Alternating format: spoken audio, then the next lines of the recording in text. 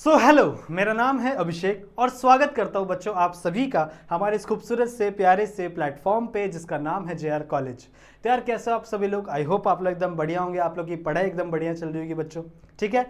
जैसा कि आपको पता है हमने हमारे इस प्लेटफॉर्म पे शुरू किए हुए हैं केमिस्ट्री के लेक्चर्स, सही है, जहां पे हम आप लोग को बहुत सारे जो चैप्टर्स है वो ऑलरेडी पढ़ा रखा है मैंने आप लोग को, सही है। और बात करूं तो कुछ एक या दो चैप्टर्स ही बचे हुए हैं, शायद 2 चैप्टर्स बचे हुए बच्चों, एक बार कंफर्म कर लूंगा मैं फिर भी। तो जितने भी चैप्टर्स बचे हुए हैं उन चैप्टर्स को कंप्लीट करवा रहा हूं मैं इस चैनल के ऊपर, सही बात है। बाकी बायोलॉजी मैंने ही आपको पढ़ाई है, फिजिक्स आप लोग को संजीव सर ने पढ़ाया है, मैथ्स आप लोग को नौशाद सर और राहुल सर ने पढ़ाया है। तो ऑलमोस्ट सारा सिलेबस कंप्लीटेड है, सिर्फ केमिस्ट्री के 2-4 चैप्टर बाकी है, बाकी हर एक चीज बच्चों ऑलमोस्ट कंप्लीटेड है। तो आप जरूर से जाइए बच्चों, अपने 12th स्टैंडर्ड की जो प्रिपरेशन है उसे 4th गियर पे रखिए।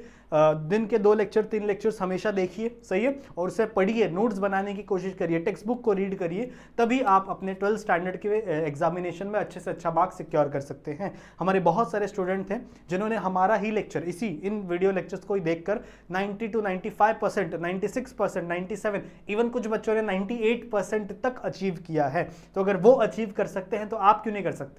समझ रहे हो? आप भी उन चीज़ों को अचीव कर सकते हो बच्चों, उन परसेंटेज को अचीव कर सकते हो। सिर्फ आपको क्या करना है, इस वीडियोस को एंड तक देखनी है, जितनी भी वीडियोस पहले की हम लोग ने बनाई हुई हैं उन चीज़ों को देखना है, जिन टॉपिक्स में आपको डाउट है उन वीडियोस को देखना है। अगर आपको फिर भी कुछ डाउट आता है वीडियोस देखने के बाद भी, तो बच्चों आप आ सकते हो मेरे इंस्टाग्राम पे, आप यहाँ पर आकर मुझे मैसेजेस कर सकते हो, चाहे आपको बायो में डाउट हो, चाहे आपको केमिस्ट्री में डाउट हो, क्योंकि दोनों सब्जेक्ट मैंने आप लोग को पढ़ा है, सही है। तो कोई भी आपको डाउट है बच्चों, आप आकर इस चैनल पर मुझे आप मैसेज कर सकते हो, इस इंस्टाग्राम पर, और फॉलो भी कर लेना, ठीक है बच्चों? ओके। तो हम लोगों ने आप लोगों की डिमांड पर बहुत ही इंपॉर्टेंट लेक्चर शुरू किया हुआ है बच्चों केमिस्ट्री का, that is nothing but our electrochemistry. सही बात है, हम लोग ने शुरू किया हुआ बच्चों इलेक्ट्रोकेमिस्ट्री।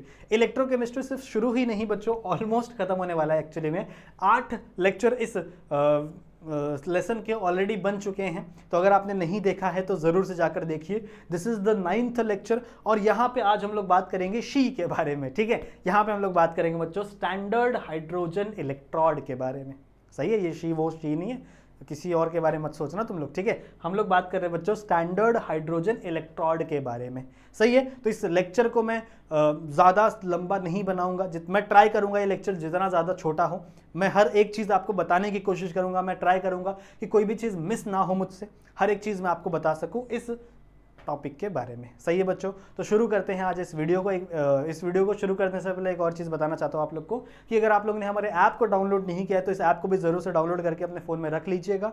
साथ ही साथ अगर आप लोगों ने मुझे इंस्टाग्राम पे फॉलो नहीं किया तो ज़रूर से कर सकते हैं, आपके डाउट्स वहाँ पर आप पूछ सकते हो, जैसा मैंने आप लोगों को पहले बताया, चलेगा? ठीक है। शुरू करते हैं बच्चे आज के इस वीडियो को, इस टॉपिक को, जहाँ पे हम लोग डिस्कस करने वाले हैं बच्चों स्टैंडर्ड हाइड्रोजन इलेक्ट्रोड, ठीक है। Standard hydrogen electrode. सबसे पहली बात क्या पता होनी चाहिए आपको स्टैंडर्ड हाइड्रोजन इलेक्ट्रोड के बारे में, दैट मैं लिखूंगा यहाँ पे कुछ पॉइंट्स मैं आप लोगों को लिख के दूंगा, दैट स्टैंडर्ड हाइड्रोजन इलेक्ट्रॉन यानी SHE is a reference electrode, is a reference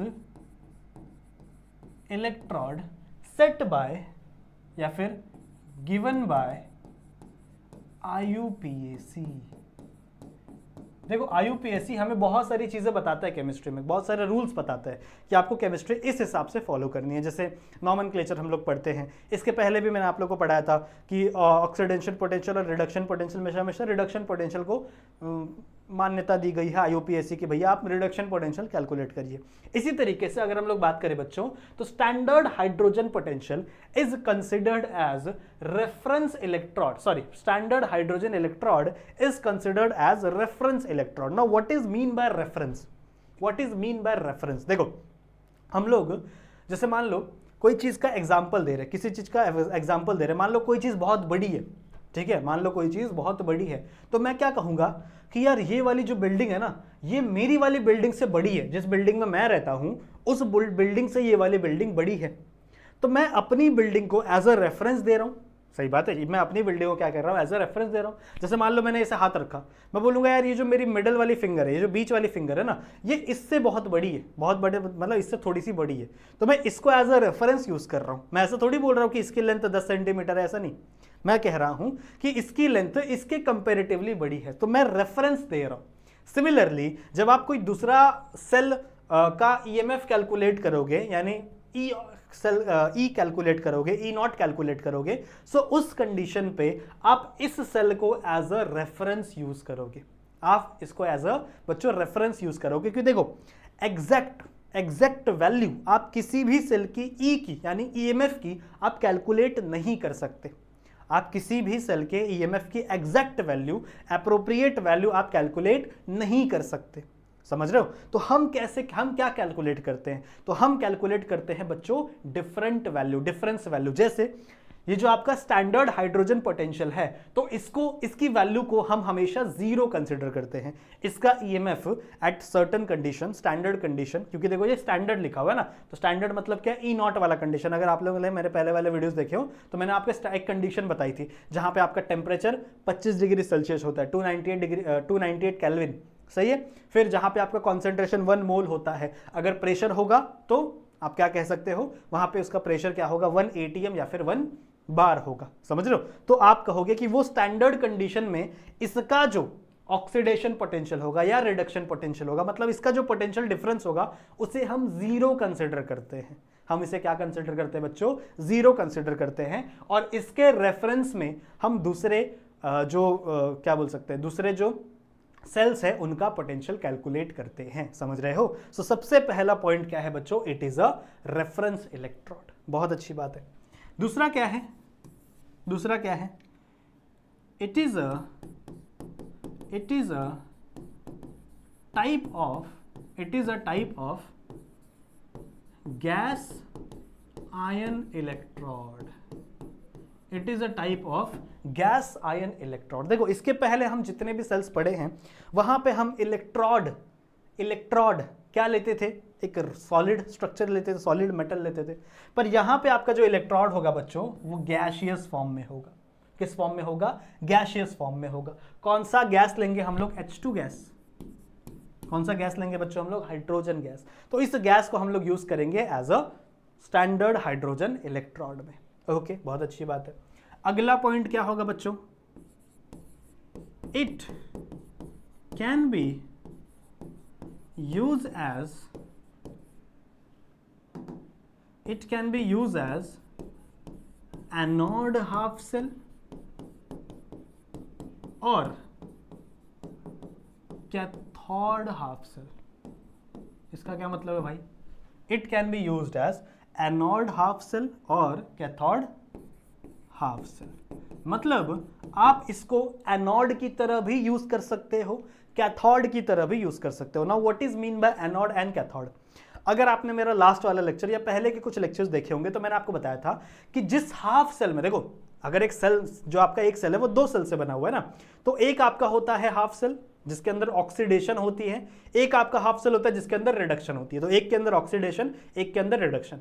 जिस सेल के अंदर ऑक्सीडेशन हो रही है ना बच्चों, जिस सेल के अंदर क्या हो रही है? ऑक्सीडेशन हो रही है। उस ऑक्सीडेशन हाफ सेल के अंदर जो इलेक्ट्रोड होता है उसे एनोड हाफ सेल कहते हैं। ये मैंने आपको सिखाया हुआ है। और जिसके अंदर रिडक्शन हो रही है उसके इलेक्ट्रोड को हम लोग कैथोड ये कहते हैं, इलेक्ट्रोड कहते हैं। तो एक आपका एनोड हाफ सेल, एक आपका कैथोड हाफ सेल।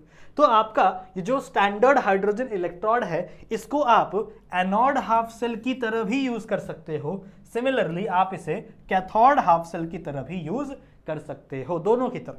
समझ रहे हो? आप इसे एनोड हाफ सेल की तरह भी यूज कर सकते हो। मान लो आपने एक हाफ सेल से दूसरे हाफ सेल को कनेक्ट किया, तो इसमें से आपका एक हाफ सेल क्या है? स्टैंडर्ड SHE है, ठीक है।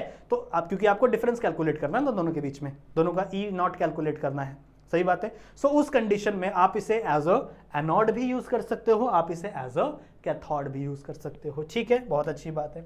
फिर अगला पॉइंट, फोर्थ पॉइंट ये है बच्चों कि द वैल्यू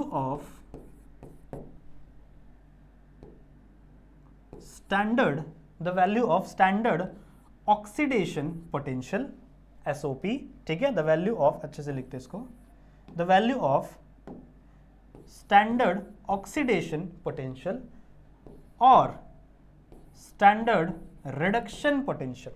सही है, स्टैंडर्ड ऑक्सीडेशन पोटेंशियल या फिर स्टैंडर्ड रिडक्शन पोटेंशियल, इन दोनों की वैल्यू को हम जीरो लेते हैं इसके अंदर। ठीक है, the value of SOP and SRP is taken as zero. Taken as zero मतलब क्या है बच्चों? मतलब ऑक्सीडेशन पोटेंशियल मतलब क्या कि मान लो ई नॉट की वैल्यू, स्टैंडर्ड है मतलब नॉट लगेगा। ठीक है, ई नॉट की वैल्यू जब आपका m से m प्लस हुआ, n plus m n plus हुआ, मतलब ऑक्सीडेशन हुआ, ऑक्सीडेशन नंबर बढ़ा, तो इसकी वैल्यू भी क्या है? जीरो। सिमिलरली n नॉट में जब रिडक्शन हुआ, रिडक्शन मतलब क्या? m 2 प्लस नहीं लिखना चाहिए, n प्लस लिखना चाहिए। मैं हमेशा 2 क्यों लिखता पता नहीं।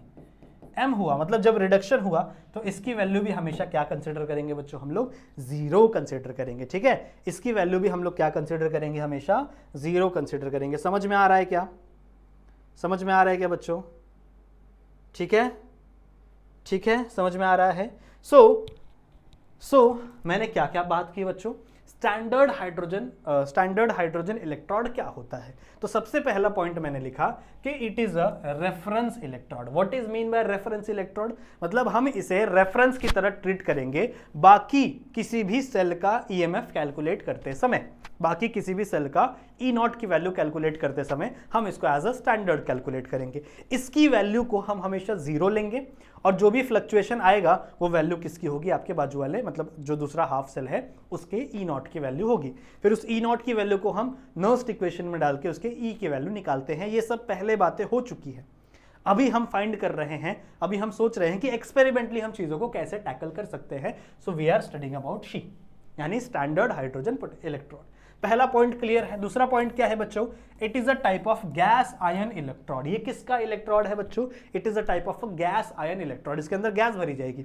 सिखाऊंगा आपको, स्ट्रक्चर सिखाऊंगा, सब बताऊंगा, टेंशन मत लो। ठीक है, उसके बाद बच्चों दूसरा क्या है? It can be taken as, it can be use as anode half cell. इसको आप एनोड हाफ सेल की तरह भी ले सकते हो, इसको आप कैथोड हाफ सेल की तरह भी ले सकते हो। ठीक है, फिर मैंने आपको क्या बताया बच्चों? द वैल्यू ऑफ एसओपी यानी स्टैंडर्ड ऑक्सीडेशन पोटेंशियल और the value of standard reduction potential is taken as zero. देखो इसका भी कुछ ऑक्सीडेशन पोटेंशियल होगा, ऑब्वियस सी बात है। इसके अंदर भी आप एक इलेक्ट्रोड रहेगा, इसके अंदर भी इलेक्ट्रोलाइट रहेगा, तो इसके अंदर भी कुछ ना कुछ पोटेंशियल डिफरेंस जनरेट होगा। पर हम इसकी वैल्यू को, मतलब इसका जो पोटेंशियल डिफरेंस है बच्चों, उसको जीरो कंसीडर कर रहे हैं। इसीलिए तो हम इसे रेफरेंस की तरह यूज कर रहे हैं, इसीलिए तो हम इसे रेफरेंस की तरह यूज कर रहे हैं बच्चों। समझ में आई बात? तो इसका पोटेंशियल डिफरेंस हम क्या टेक लेते हैं बच्चों? We are taken as zero. समझ में आई बात? समझ में आई बात? ठीक है, एंड वही चीज मैंने यहाँ पे लिखी है। So please take the screenshot. फिर मैं आप लोग को कंस्ट्रक्शन समझाता हूँ कि आखिरकार इसके अंदर स्ट्रक्चर कौन कौन से फॉर्म होते हैं। ठीक है, ठीक है, समझ में आ गया? समझ में आ गया? चलो बात करें आगे। नेक्स्ट आ जाओ। नेक्स्ट बात करते हैं बच्चों कंस्ट्रक्शन की, कि आखिरकार इस सेल को हम किस तरीके से कंस्ट्रक्ट करेंगे, किस तरीके से आप इस सेल को बनाएंगे। चलो बात करते हैं। सबसे पहले आप ले लेंगे एक बाल्टी, बाल्टी नहीं भैया, बीकर लेते कुछ भी बोल रहा है बच्चों, बाल्टी लेंगे नहीं ना। आप लेंगे बच्चों एक बीकर। ठीक है, इस बीकर में सबसे पहले आप एक इलेक्ट्रोलाइट रखेंगे। वैसे तो बहुत सारे अलग अलग टाइप के इलेक्ट्रोलाइट आप इसके अंदर रख सकते हैं, बहुत सारे अलग अलग। ऑब्वियसली हम लोग ज़्यादातर इसके अंदर एसिड लेते हैं, स्ट्रॉन्ग एसिड इसके अंदर हम लोग एज अ इलेक्ट्रोलाइट लेते हैं। तो यहाँ पे जो इलेक्ट्रोलाइट मैंने लिया है दैट इज HCl और इसका कॉन्सेंट्रेशन है बच्चों 1 मोलार हमेशा। ठीक है, इसका कॉन्सेंट्रेशन क्या है? 1 मोलार। अगर 1 मोलार होगा तभी इसका वैल्यू जीरो हम लोग कंसिडर करेंगे। ठीक है, ओके, बहुत अच्छी बात है। फिर इसके ऊपर बच्चों मैंने यहां पर एक ग्लास की जैकेट बनाई है। अरे यार, ये अलग अलग कलर क्यों चलता है? रुको, इसके ऊपर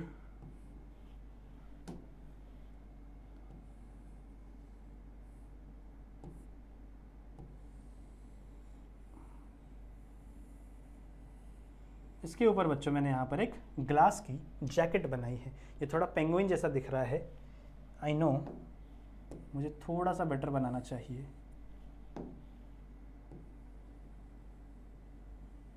ओके, नाउ बेटर। अभी भी सही नहीं दिख रहा, पेंगुइन जैसा दिख रहा है। यार मेरा डायग्राम बड़ा खराब है।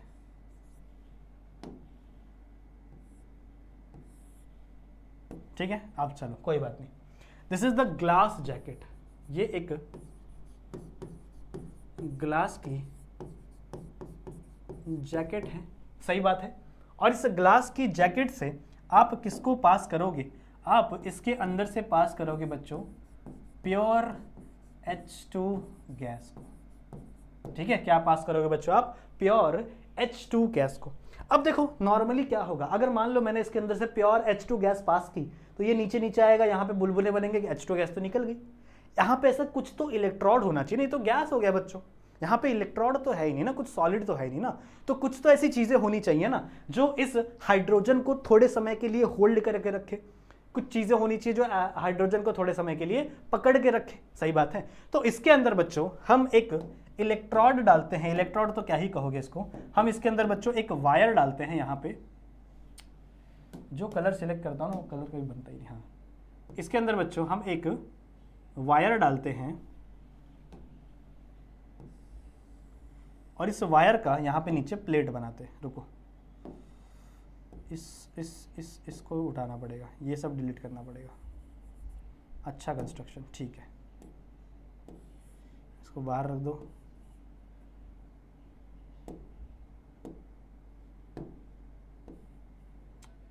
जो चाहिए वो आ ही नहीं रहा हाथ में, येलो वाला आ ही नहीं रहा हाथ में। अरे यार छोड़ो, जाने दो। इतना समझ में आ गया? ठीक है, मैंने इसके अंदर एक वायर रखी बच्चों और ये वायर का यहाँ पर एक छोटा सा प्लेट बनता है। इस वायर का यहाँ पर बच्चों एक छोटा सा प्लेट बनता है। ठीक है, यहाँ पर इस वायर का एक छोटा सा प्लेट बनता है। ये वायर मैंने क्यों घुसाई, समझ में आ रहा है? ये वायर मैंने बच्चों इसीलिए यहाँ पे रखी है इस ग्लास के जैकेट के अंदर, ताकि जब यहाँ से हम प्योर हाइड्रोजन डालें ना तो कुछ हाइड्रोजन इस वाले सरफेस पे रहनी चाहिए। कुछ हाइड्रोजन बच्चों इस वाले सरफेस पे रहनी चाहिए। एक second, okay okay okay okay, ठीक है, समझ में आ गया इतना? Okay, now good. अब समझ में आ गया इतना?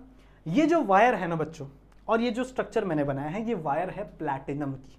ये वायर है प्लैटिनम की। सो इसको हम कहते हैं प्लैटिनम इलेक्ट्रोड। कहाँ लिखे? यहाँ लिखे, यहाँ लिखे। This is the platinum electrode, समझ रहे हो? And this is nothing but a wire. ये ज्यादा कुछ नहीं है बच्चों, ये वायर ही है। इसको एक काम करते हैं, इसको यहाँ पे ही लिखते हैं। रुको,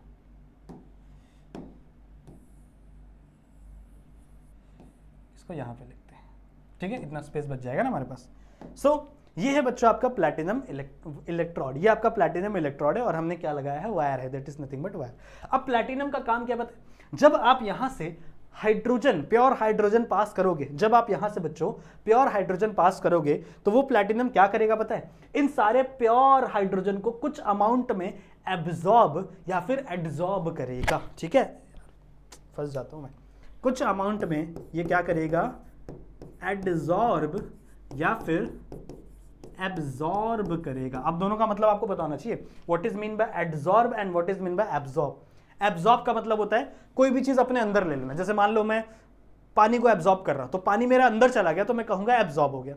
पर अगर पानी सिर्फ मेरे सरफेस पे टच है, मेरे अंदर नहीं जा रहा, सिर्फ मेरे सरफेस पे टच हुआ है, तो वो एड्जॉर्ब है, वो एड्जॉर्ब कहलाता है। सही है?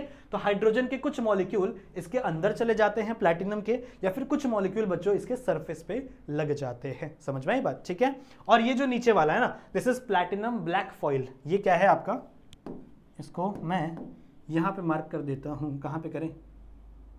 यहां पे कर दे। This is platinum black foil. समझ में आई बात? इसके ऊपर आपका प्लैटिनम रहेगा। अब जैसे ही आपने हाइड्रोजन पास किया, ठीक है, आपने हाइड्रोजन यहां से पास किया, तो ये हाइड्रोजन कहां जाएगा, इस वाले स्ट्रक्चर में जाएगा, इस वाले लिक्विड के अंदर जाएगा।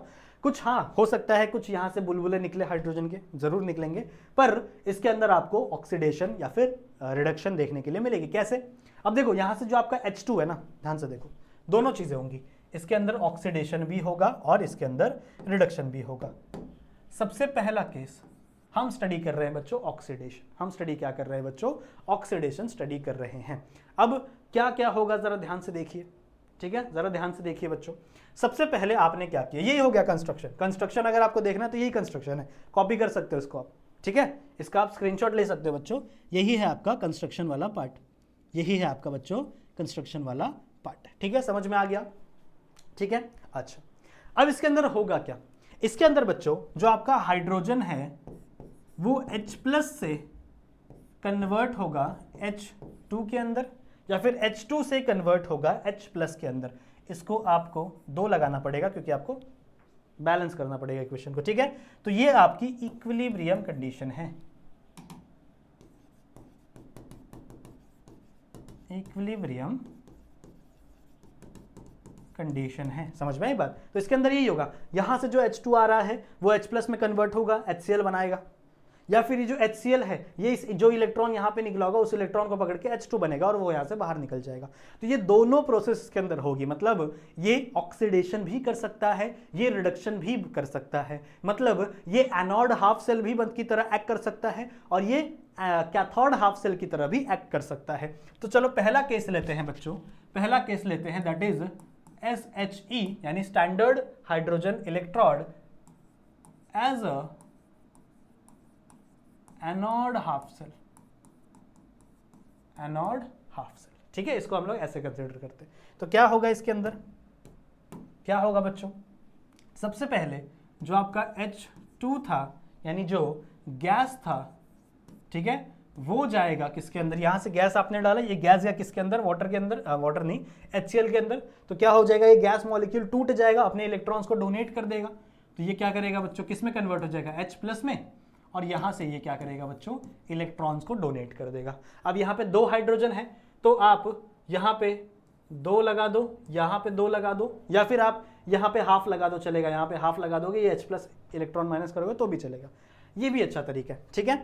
अब अगर आप देखो तो हाइड्रोजन का क्या हुआ, हाइड्रोजन का ऑक्सीडेशन नंबर बढ़ा, यहां पे ऑक्सीडेशन नंबर 0 था, यहां पे ऑक्सीडेशन नंबर बढ़ गया। सो आई कैन से हाइड्रोजन का क्या हुआ है बच्चों, ऑक्सीडेशन हुआ है, हाइड्रोजन का क्या हुआ है बच्चों, ऑक्सीडेशन हुआ है। So I can say this is the oxidation potential, this is the oxidation potential at कितने टेम्परेचर पे हम लोग बात कर रहे हैं बच्चों, एट 25 डिग्री सेल्सियस, मतलब स्टैंडर्ड कंडीशन पे। सो E0 ऑफ ऑक्सीडेशन पोटेंशियल मतलब H2 से H+, ठीक है, आप यहाँ पे 1/2 भी लिख सकते हो, चलेगा। देखो ये 1/2 हाफ हो जाएगा, वही होगा, सेम चीज है, ठीक है। इसकी वैल्यू हमेशा हम क्या कंसिडर करते हैं, 0 कंसिडर करते हैं, समझ में आई बात। इसकी वैल्यू आप हमेशा क्या कंसिडर करोगे, 0 कंसिडर करोगे। इतनी बात समझ में आ गई। सिमिलरली दूसरा केस है बच्चों, रुको यार पेन का कलर चेंज हो जाता है। सिमिलरली यहाँ पे दूसरा केस है, दूसरा केस क्या स्टडी कर सकते हैं हम लोग, SHE as a cathode half cell, ठीक है, SHE as a cathode half cell. इसके अंदर क्या होगा, देखो ये तो एक टाइप का रिएक्शन है, ठीक है। अगर मान लो इसके अंदर जब आपने बहुत सारे H+ यहां से निकले, H+ यहां पे बने, तो यहां पे इलेक्ट्रॉन भी बनेंगे, ये इलेक्ट्रॉन भी यहां पे बनेंगे। ये इलेक्ट्रॉन क्या करेंगे बच्चों, ये जो HCl है ना, HCl किस फॉर्म में है, H+ और Cl- के फॉर्म में। तो ये वाला जो H+ है ना, ये इस एक इलेक्ट्रॉन को लेके H2 बन जाएगा, मतलब गैस बन जाएगा। तो क्या क्या हो सकता है, यहां पे हो सकता है बच्चों आपका H+ जब इलेक्ट्रॉन को पकड़ेगा तो यहाँ पे क्या बनाएगा, वो गैस बनाएगा, और गैस हमेशा किस फॉर्म में होती है, H2 के फॉर्म में होती है। बैलेंस करने के लिए आप यहाँ पे 2 लगा दो और यहाँ पे 2 लगा दो। तो अब अगर आप देखो तो आपका ऑक्सीडेशन नंबर हाइड्रोजन का क्या हुआ है, डिक्रीज, ऑक्सीडेशन नंबर हाइड्रोजन का क्या हुआ है, डिक्रीज। तो आप कहोगे यहाँ पे हुई है बच्चों रिडक्शन, यहाँ पे क्या हुई है, रिडक्शन हुई है, समझ रहे हो। तो इसका जो स्टैंडर्ड रिडक्शन पोटेंशियल होगा, मतलब ई नॉट ऑफ 2H+ से H2, इसकी वैल्यू भी हम क्या कंसिडर करते हैं, जीरो ही कंसिडर। ये वैल्यू होगी कुछ ना कुछ, समझ रहे हो, इसकी वैल्यू कुछ ना कुछ तो होगी ही बच्चों, पर हम इसे कंसिडर क्या करते हैं, जीरो कंसिडर करते हैं, ठीक है। इसे हम लोग जीरो कंसिडर करते हैं। समझ में आई बात, समझ में आई बात, ठीक है। अब इसे लिखेंगे कैसे, देखो जब आप सेल बनाओगे ना, सेल आप लिखोगे ना, तो इसको लिखने का तरीका एक, इसको लिखोगे कैसे, इसके लिखने का तरीका है हमेशा, जैसे मान लो यहाँ पे क्या है, गैस है, तो गैस के साथ आप हमेशा यूज करोगे बच्चों प्लैटिनम, प्लैटिनम H2, और ये किस में कन्वर्ट हो रहा है बच्चों, 2H+ में कन्वर्ट हो रहा है। तो प्लैटिनम लिखा, H2 लिखा, 2H+, और इसका यहाँ पे कॉन्सेंट, इसका मोल कितना है, 1 मोल, सही है। यहाँ पे इसका मोल कितना है बच्चों, 1 मोल। समझ में आई बात। सिमिलरली अगर आप इसकी बात करो, इसको कैसे आप रिप्रेजेंट करोगे, H+ कितना मोल है बच्चों, 1 mole, half of H2 platinum. Platinum क्यों लिखा है बच्चों, क्योंकि एक्चुअल में सॉलिड यहाँ पे क्या है, प्लैटिनम। तो आई होप इतनी चीजें आपको समझ में आ गई होंगी। प्लीज प्लीज इस चीज को समझो, अगर नहीं समझ में आया है तो वीडियो को थोड़ा सा पीछे करो, थोड़ा सा पॉज करो, वीडियो इस चीज को देखो। नहीं समझ में आया, मैंने आप जैसा बोला कि वीडियो को थोड़ा सा पीछे करो और देखो। समझ में आई बात, ठीक है, क्योंकि ये बहुत इंपॉर्टेंट है आपके एग्जाम पॉइंट ऑफ व्यू से, ये बहुत ही ज़्यादा इंपॉर्टेंट हो जाता है। क्लियर है, please take the screenshot, please बच्चों इसका स्क्रीनशॉट ले लें, इसका स्क्रीनशॉट आप लोग कृपया ले सकते हैं, ठीक है, ठीक है, ओके हो गया, डन है, चलो आगे बढ़ें, आगे बढ़ें, चलो। Okay, so these are some uses जो मैंने ऑलरेडी यहाँ पे लिखा हुआ है। These are the uses of standard hydrogen electrode to determine SEP, ठीक है, यानी standard electron potential, standard electron potential, यानी इसको हम लोग E0 भी लिख सकते हैं, इसको निकालने के लिए। अब यहाँ पर मैं आप लोगों को एक एक्सपेरिमेंट करके दिखाऊंगा कि एक्चुअल में आप इसको कनेक्ट करके कैसे स्ट्रक्चर आपका कैसे फॉर्मूला निकाल सकते हैं एक्सपेरिमेंटली, वो भी मैं आपको बताऊंगा। पहले ये 3 लाइन अपन रीड करते हैं जो अभी हम लोग ने पढ़ा। क्या क्या है बच्चों, सबसे पहला है never find absolute potential of single electrode. किसी भी इलेक्ट्रॉड, किसी भी सिंगल इलेक्ट्रॉड का आप एब्सोल्यूट टेम्परेचर नहीं निकाल सकते, कुछ भी कर लो, कुछ भी कर लो, आप नहीं निकाल पाओगे किसी भी एक इलेक्ट्रॉड का एब्सोल्यूट पोटेंशियल। हम हमेशा कंपैरेटिव स्टडी करते हैं कि भैया इससे इसका इतना ज़्यादा है, तो हम अच्छा इसका इतना पोटेंशियल, इतना हम लोग मान लेते हैं, इसका इतना ही वैल्यू होगा, नहीं इसका ज़्यादा होगा, कम हो सकता है, कुछ भी हो सकता है। एब्सोल्यूट टेम्परेचर, एब्सोल्यूट पोटेंशियल हम इसका नहीं फाइंड कर सकते। हम लोग सिर्फ क्या करेंगे, कंपैरेटिव स्टडी करेंगे, और कंपैरेटिव कंपैरिजन के लिए किसका यूज़ करेंगे, SHE का, यानी स्टैंडर्ड हाइड्रोजन इलेक्ट्रॉड का। बात समझ में आई, ठीक है। सो नेवर फाइंड, हम कैन नॉट, ऐसा नेवर की जगह हमको लिखना चाहिए can not, we can not find absolute potential of single electrode, हम नहीं फाइंड कर सकते। बात समझ में आई, ठीक है। वी कैन फाइंड रिलेटिव, हम लोग फाइंड कर सकते, एब्सोल्यूट तो नहीं फाइंड कर सकते, पर हम रिलेटिव इलेक्ट्रॉन पोटेंशियल फाइंड कर सकते हैं, ठीक है, रिलेटिव इलेक्ट्रॉन पोटेंशियल फाइंड कर सकते हैं with respect to standard hydrogen electrode, जहां पे हम इसका ऑक्सीडेशन पोटेंशियल, हम इसका रिडक्शन पोटेंशियल हमेशा क्या कंसिडर करते हैं, जीरो। क्या कंसिडर करते हैं बच्चों, जीरो, सही है ना। अच्छा, ये रिडक्शन पोटेंशियल, ये ऑक्सीडेशन पोटेंशियल, ये हमेशा हम क्या कंसिडर करते हैं बच्चों, जीरो कंसिडर करते हैं। बात समझ में आई है, ठीक है। यहाँ पे पॉजिटिव होगा, गलती से हम लिख दिए हैं, ठीक है। दूसरा क्या है बच्चों, ये हो गया, समझ में आ गया लाइन। दूसरा क्या है, connect the given electrode as a anode half cell और as a cathode half cell with SHE। अब आपको जो भी इलेक्ट्रोड दिया हुआ है, गिवन इलेक्ट्रोड दिया हुआ है, जैसे मान लो आप मास्टर्स कर रहे हो या फिर BSc कर रहे हो, अभी तो 11th-12th में आपको इसके एक्सपेरिमेंट नहीं होंगे ज़्यादा, पर जब आप BSc करोगे, MSc करोगे, तो वहाँ पे आपको खुद से सेल बनाना पड़ेगा और खुद से ही उसका EMF कैलकुलेट करना पड़ेगा, खुद से ही निकालना पड़ेगा। तो तब आप कैसे करोगे, तो उसके लिए मैं आपको एक छोटा सा एक्सपेरिमेंट सिखाता हूं, ठीक है, कि कैसे आप उसे कैलकुलेट करोगे। So you have to connect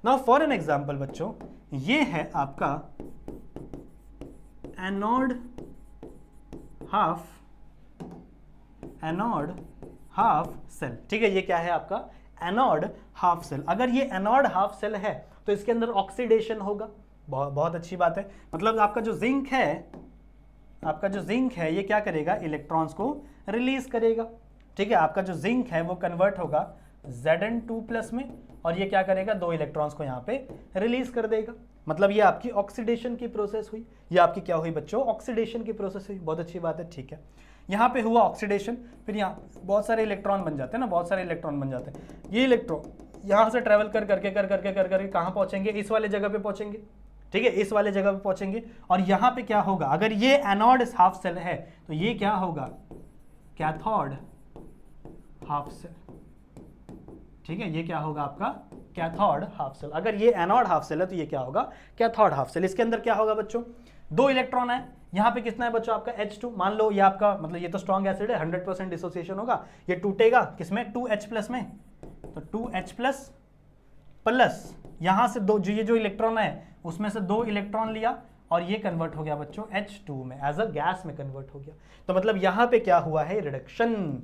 इस वाले जगह पर क्या हुआ है बच्चों, रिडक्शन। समझ रहे हो, यहाँ पे क्या हुआ है, रिडक्शन। अगर ये पूरा का पूरा सेल 25 डिग्री सेल्सियस पे है, अगर ये पूरा का पूरा सेल 25 डिग्री सेल्सियस पे है, तो इसका जो रिडक्शन पोटेंशियल का वैल्यू होगा, वो होगा 0। यही पढ़ा हमने, इसका जो रिडक्शन पोटेंशियल का वैल्यू होगा वो होगा 0। तो मतलब इसकी वैल्यू आपको यहाँ पे 0 कंसिडर करनी है। तो जब आपने इसको कनेक्ट किया, यहाँ पे कुछ ना कुछ वैल्यू आएगा, वो वैल्यू इसकी नहीं है, वो वैल्यू सिर्फ और सिर्फ किसकी है, इसकी है। समझ रहे हो, क्योंकि इसकी वैल्यू हमने क्या कंसिडर किया है, 0। प्लीज समझो, मैं आप लोगों को अच्छे से समझा रहा हूं।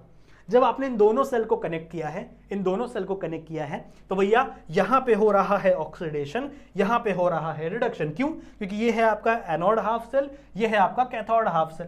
सही बात है। इसके अंदर भी पोटेंशियल डिफरेंस होगा इसके बीच में, इसके अंदर भी पोटेंशियल डिफरेंस होगा इसके बीच में। तो आपने क्या किया है, इसके पोटेंशियल डिफरेंस को 0 कंसिडर किया है, बिकॉज ये क्या है आपका स्टैंडर्ड इलेक्ट्रोड पोटेंशियल, नहीं सॉरी, स्टैंडर्ड हाइड्रोजन इलेक्ट्रोड। सही है, ये क्या है आपका स्टैंडर्ड हाइड्रोजन इलेक्ट्रोड। और मैंने आपको पहले ही सिखाया था कि स्टैंडर्ड हाइड्रोजन इलेक्ट्रोड कहां गया भाई, स्टैंडर्ड हाइड्रोजन इलेक्ट्रोड में जो स्टैंडर्ड ऑक्सीजन पोटेंशियल होता है या फिर स्टैंडर्ड रिडक्शन पोटेंशियल होता है, उसकी वैल्यू आप हमेशा क्या कंसीडर करोगे, 0 कंसीडर करोगे। ये हमें IUPAC ने बताया है। सही है, सही है बच्चों। तो इसकी वैल्यू क्या आ गई, 0। इसकी वैल्यू क्या आ गई, 0। तो मतलब यहां पे जो डिफ्लेक्शन आ रहा होगा इस वोल्टमीटर में, वो किसकी वैल्यू है, वो आपको वैल्यू दे रहा है। वो किसकी वैल्यू मिल रही है बच्चों आपको, स्टैंडर्ड ऑक्सीडेशन पोटेंशियल की। वो भी किसका, इसका एनोड हाफ सेल का। वो भी किसका बच्चों, एनोड हाफ सेल का। तो मतलब मान लो बच्चों इसकी वैल्यू यहाँ पे कुछ x वैल्यू आई, मान लो यहाँ पे वैल्यू क्या आई, कुछ x आई, तो वो वैल्यू क्या होगी बच्चों, स्टैंडर्ड ऑक्सीडेशन पोटेंशियल। और हमें पता है, क्या पता है, हमें पता है बच्चों कि standard oxidation potential is equal to minus of standard reduction potential. तो मतलब standard reduction potential of this cell is क्या हो जाएगा, -x हो जाएगा। मतलब E नॉट किसका, H नहीं, Z2+ Zn2+ से Zn की तरफ जो वैल्यू होगी वो क्या होगी, -x। ये x कुछ भी हो सकता है, एक्चुअल में -0.7 होती है वैल्यू। जब आप सॉल्व करोगे तो -0.7 वोल्ट ये वैल्यू आती है। ठीक है, तो इसकी वैल्यू आपको मिल गई। अब आपको इसकी वैल्यू मिल गई तो आप नर्स्ट इक्वेशन से इसकी वैल्यू निकाल लो, ई ऑफ सेल की वैल्यू निकाल लो। नर्स्ट इक्वेशन तो सिखाया ना, नहीं सिखाया तो पिछले लेक्चर देखो, इसका मतलब आप पिछले लेक्चर नहीं देख रहे हो। तो नर्स्ट इक्वेशन से अगर आपको ई नॉट की वैल्यू मिल गई तो नर्स्ट इक्वेशन से ये वाली वैल्यू निकाल लो। क्या ये सिंपल था, क्या ये आसान था, क्या ये डिफिकल्ट था, मुझे बताओ। मेरे हिसाब से तो बहुत सिंपल था। तो ऐसे हमने सीखा बच्चों कि कैसे आप स्टैंडर्ड हाइड्रोजन इलेक्ट्रोड को यूज करके एज अ रेफरेंस लेके आप इसके इलेक्ट्रोड पोटेंशियल की वैल्यू फाइंड कर सकते हो। अगर आपने को नहीं कुछ भी चीज़ें डाउट होंगी तो एक बार इस वीडियो को वापस देख लेना, ठीक है। इस वीडियो को शुरू से तो नहीं, जब से ये टॉपिक शुरू हुआ है उसको थोड़ा सा फास्ट करके देख लेना, आपको समझ में आ जाएगा, मुझे भरोसा है। फिर भी अगर आपको कोई भी डाउट हो, ठीक है, तो आप बच्चों मेरे इंस्टाग्राम पे आ सकते हो, यहाँ पर आप आकर मुझे अपने डाउट्स को भेज सकते हो, अपने डाउट्स मुझ तक पहुंचा सकते हो, ठीक है, चलेगा। सो आई होप ये वीडियो आप लोग को पसंद आई होगी, ये वीडियो आप लोग को समझ में आई होगी। जितनी चीज़ें मैंने समझाई है, मैंने पूरा ट्राई किया है बच्चों, पूरा एकदम दिल से ट्राई किया है कि आपको हर एक चीज़ समझ में आ जाए, ठीक है। बाकी आपको भी, आपके ऊपर भी है, आप इन चीज़ों को लिखना ज़रूर से, स्क्रीनशॉट ले लिया होगा तो, ठीक है। लिखना, पढ़ना, ध्यान रखना, पढ़ते रहो। वीडियो पसंद आई है तो वीडियो को शेयर जरूर से कर दो, लाइक जरूर से कर दो, अच्छे अच्छे कमेंट कर देना, ठीक है। बाकी मैं मिलता हूँ आप लोगों से ऐसे ही और वीडियोस में, जहाँ पे हम लोग और भी बहुत सारी चीज़ें डिस्कस करेंगे। तब तक के लिए आप अपना ध्यान रखना and keep studying. Bye bye.